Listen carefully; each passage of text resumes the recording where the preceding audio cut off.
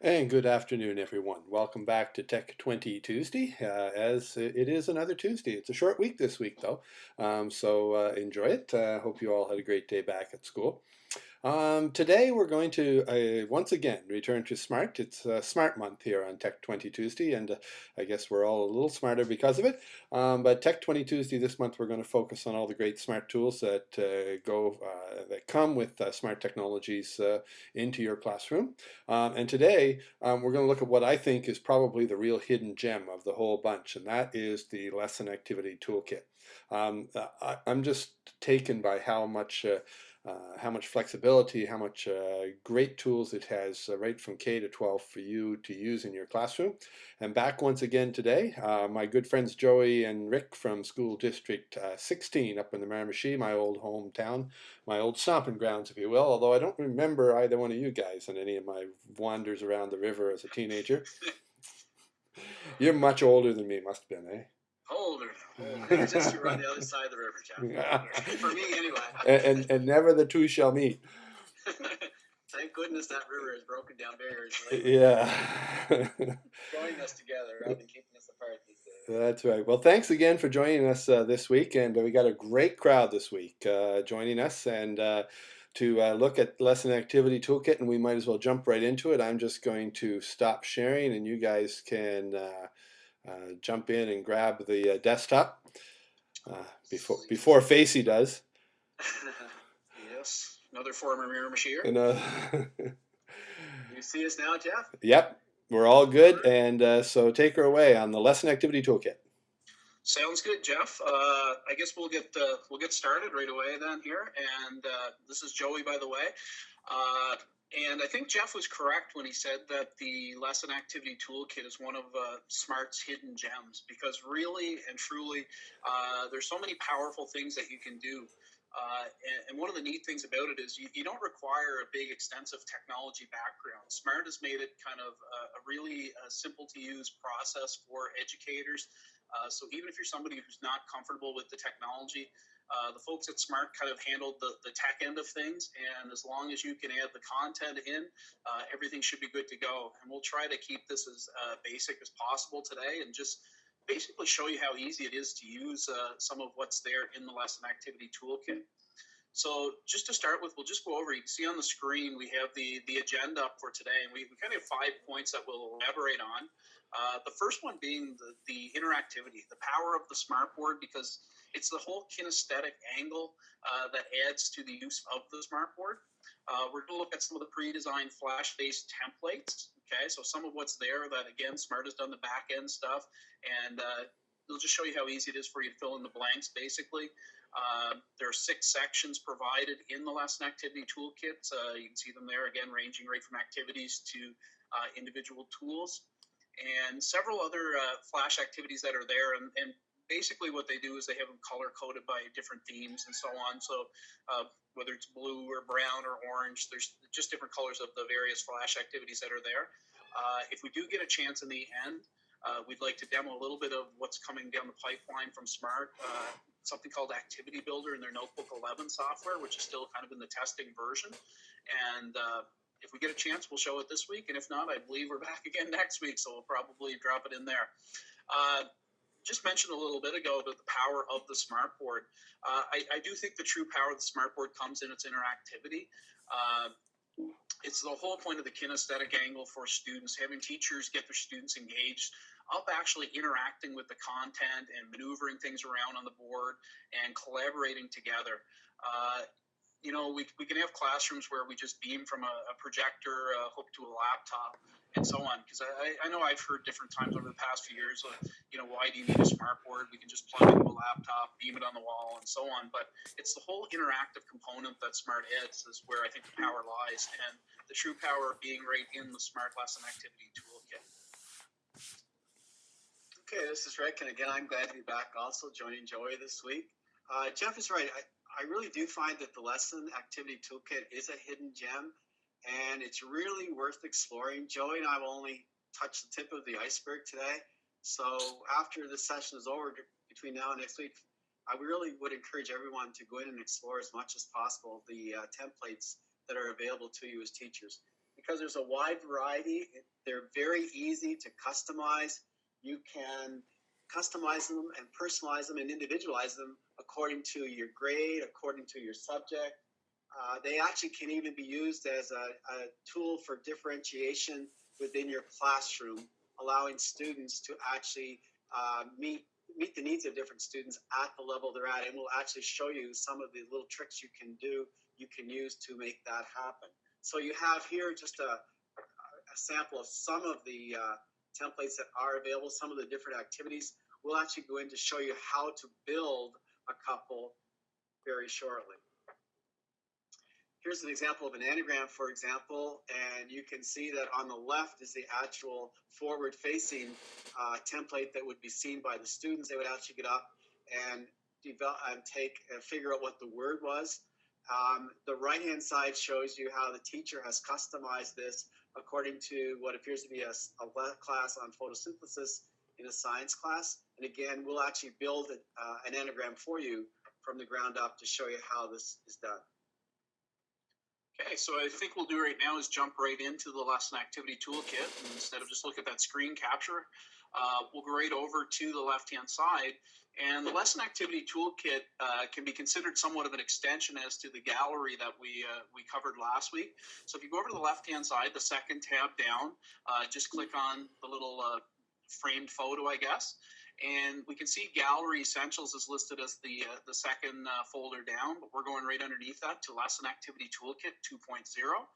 So when we click on Lesson Activity Toolkit 2.0, once again, we see that it contains six folders. Just back to it here again. Activities, examples, games, graphics, pages, and tools. If we look down in the main portion down here, we can see that the entire lesson activity toolkit contains 760 items. And again, one of the greatest parts of this, I believe, are the 162 multimedia and interactive files, because that's, again, where you're going to have the students engaged in interacting with the content. So just as we get scrolling through, if I click on activities, which is the first folder, we see 108 activities listed. And although there's 108 listed, again, we talked about color coding. So you can see here, as soon as I open one up, you'll have the blue anagram, category sort, hotspots, which is, I really enjoy that one. I think that's one you could have a lot of fun with, because you can actually customize maps, images, Venn diagrams, and so on. There's all kinds of items, but out of the 108, you're going to get about 23 different types of activities, and then it changes color. So you'll have a brown anagram instead of a blue, or a brown category sort, and so on. So I think what we'll do is we'll turn things back over to Rick, and Rick can demonstrate a couple of these activities. And we'll keep membership flavor to what we're doing. So the first activity I'm going to show you is actually two vortexes. And again, you can see that they're related to salmon fishing. Actually, this one was created by a student and is actually profiled in the Atlantic Salmon Museum in Dogtown. And so what can happen is, in their case, a tourist comes up to learn about the difference between salmon flies and salmon pools in Miramichi. Pine Stump is a salmon pool. If they swing it over to the salmon pool, you can see it gets sucked into the vortex. Rusty Rat is a type of salmon fly, and it goes in. If indeed you make a mistake, Undertaker, which is a fly, if you go to the pool, it spits it back out again. If I click edit, you can see that I set up the labels for each vortex, and I actually decide what will fit into each label. And you can see how this could be customized according to whatever subject you wanted to teach, giving students two options and them having to categorize the words that you put out for them. And again, a membership flavor to this one. This is a word guess, and this was also created for tourism. So if I click on Clue, the double at Tim Hortons and Miramichi, this probably would apply to anywhere in New Brunswick, actually. And I start to guess the word. We'll quickly go through this again. These were designed by students, and you can see gobble gobble. And you can see I've clicked sound, so you can hear the sound. If I go into edit on this one, you can see at the top, first of all, I can change the profile of this from soccer. I can change it to basketball. In this case, I can change it to a tomato splat. On the left-hand side, you see the answers, and on the right-hand side, you can see the clues that are given. Again, in this case, It was actually designed by students to try to, for the Miramichi River Tourism Association, actually giving them some content they could use on their smart boards they have in their visitor information centers. So let's look at how do we build one. And we mentioned an anagram earlier. I'll go back into the different types of activities that Joey has already shown you. Here's an anagram right underneath of activities. If I click on it, I see I have 6 different interactive and multimedia, but as Joey explained, they're not really different. They're actually just presented differently. So let's say I choose a brown anagram. I just simply, in this case, I'll double click it. It pops out to my page. I go to edit. And in this case, let's choose, well, let's do Whipple. And clue, very good lad. You can see up here, I've got the timer on, and I can actually slow down the speed. Now, here's an example of how you could customize this to differentiate it in your classroom. If you're working with students who need a little bit more time, you would just simply slow the speed down, giving them more time to accomplish the goal. And again, you decide how you want to customize that. You don't even need the speed. You can take the timer off if you want to. You can also add images, as you can see in this case. We forgot to ask Jeff for an image, so we'll have to do it without it. But I click OK, and I click Start, and I go down to my clue, a very good lad, and then the student will come up and start to get involved in trying to solve the answer. In this case, I'm on fast, so I got to be really fast, and in this case, I pulled it off because it actually wasn't that complicated. So there's an example, and again, go into there, explore. All you have to do is click edit, and no matter what you pull out, and it allows you to customize it the way you would like. Okay, sounds good. We'll continue moving on then. One of the ones I'll take a look at next. Oh, here we go. Skip back a page here, I guess. Back over into the activities folder. I'm just going to close that up. A neat thing, Rick just showed you a couple samples. You can see under the activities folder in the lesson activity toolkit is another folder called examples. And when you're in there, it actually gives sample items of all of the different activities that can be found in the lesson activity toolkit. So if you're unsure of how one is set up, you can simply click on one of those, go in under edit, and you can see how they've arranged the page. So we'll leave that up to your guests that are tuned in today. I want to take a quick look at the games folder. Obviously, you got traditional type board games in here, checkers, chess, and so on. Decks of cards, maybe you want to do something with probability in math class, or dice. Again, another really good thing for math or whatever it is that you're setting up, dominoes, Sudoku, and so on. Just going to take a look at the crossword. What I've done when I brought up the crossword here, you can actually create and generate your own crossword puzzles. If I click on edit, I can go behind, and I did this setup for elements of a short story. So I have setting, theme, conflict, so on. I put all of my clues in place. Whenever I have the content just as I wish, as I want it, I simply go up and I click on generate. And basically, it builds the crossword puzzle for me. So I see where it's generated successfully. It takes a matter of seconds. And there's my crossword puzzle. On the right-hand side, we have an option for input. So you can have the pen selected. So students are going to go up to the smart board and actually write in the answers.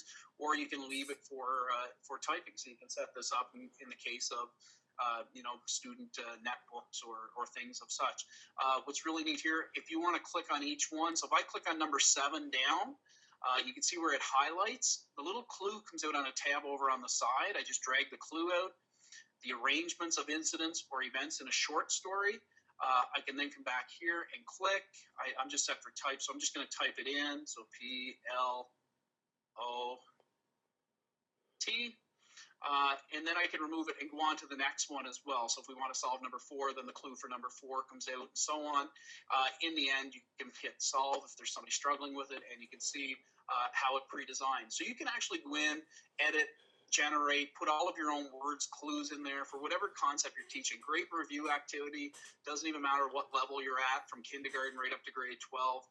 You could do it with characters. You could do it in math terminology, science review, and so on. All kinds of really neat things with the crossword. Another thing right under the games folder, We have the graphics page, so bars, boxes, borders, icons, and so on, all kinds of labels. You can do some neat design. I've just brought a few of them right out onto the screen, little pull tabs you can put text on and so on. I just want to show you one neat way that I like to use the tabs and buttons. I've typed the word home, for example. I'm just going to drag it over on top of this green button, and then I'm going to drag and make a box around it. You can see where it, two drop downs appear. I hit one of the drop downs, and I'm going to group this together. So now that word home actually is embedded right on the button. Let's say I want to link this to my home page so it's easy to access and get back to. I simply, again, click on it, drop down. I'm going to hit link, and I'm going to link it to a page in this file. So I'm going to go back to my title slide, the one we started with today, and I'm going to hit object, and then I'm going to hit OK. So now that button has become live. When I click on that button, it will take me right back to the home page in the slide. So it's a neat way that you can link to other pages in the activity or to certain answer pages that you want to get to and so on. So the graphics, there's all kinds of things in the folder for graphics, pictures, interactive multimedia, and so on.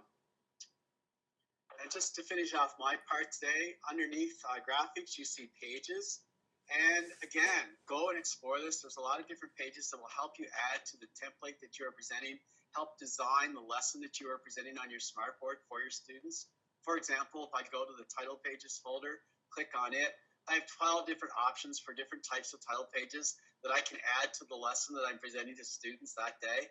And I'll just choose the blue one since it's handy right here. I'll double click it, it comes out, and you can see I have a ready-made template for me where I can actually have the title and then list the objectives, the outcomes for that lesson. Okay. I know we're kind of running down at a time here, so just going to skip ahead once again to the final folder within the lesson activity toolkit, which is the tools. And again, everything under this folder is interactive type files. There's some really neat things I think the kids would enjoy, balloon pop activities, image dice, keywords where you can put words right on the dice and roll it. Maybe you roll the dice and it comes up with the different terms answered by the students.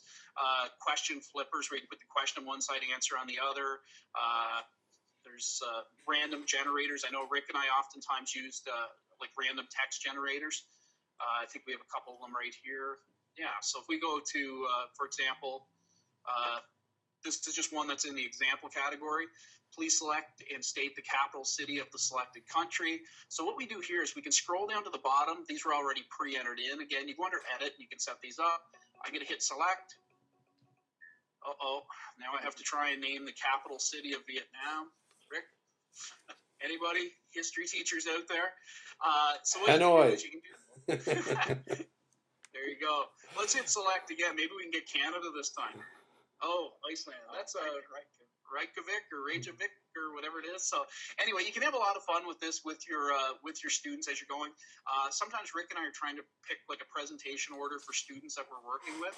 We'll just put all of the student names in here and do a select, and it randomly selects the students in order of if they're going to present or whatever it might be. You can hit no repeat so it doesn't repeat anything, and you can control the number of names and so on. And you have the reset button. Other than that, I think, again, the best bet is just to go and explore everything. This is our favorite way to end a lot of things right now. So what I'm going to do is, because I know we're running out of time, we're going to set the fuse on this timer here. And I guess that'll symbolize the end of our presentation. Would you say? It's been a blast. We've had a blast. There you go. So it's been there you go. We're out. Kaboom. Well, thanks so much, guys. And you finished on time, so that's always nice. But I tell you, when somebody needs to find out about smart stuff in New Brunswick, there's only one place to go, and that's to the Miramichi. So. Thanks for the compliment. Wow, Thank you so much for joining us this week and last week, and I think we have one more week to go in your appearances here on Tech20 Tuesday. But it's been great having you guys involved, and we will see you all again next week for another Tech20 Tuesday. If you have any questions, you can either contact Joey or Rick or any one of your technology mentors in any of your local school districts, and I'm sure they'd all be able to and more than willing to help you out. So that's all for today. Thanks again, guys. Thanks, Jeff, and thanks for everyone who tuned in today. Thanks we had a nice crowd. So we'll see you guys next week. Super.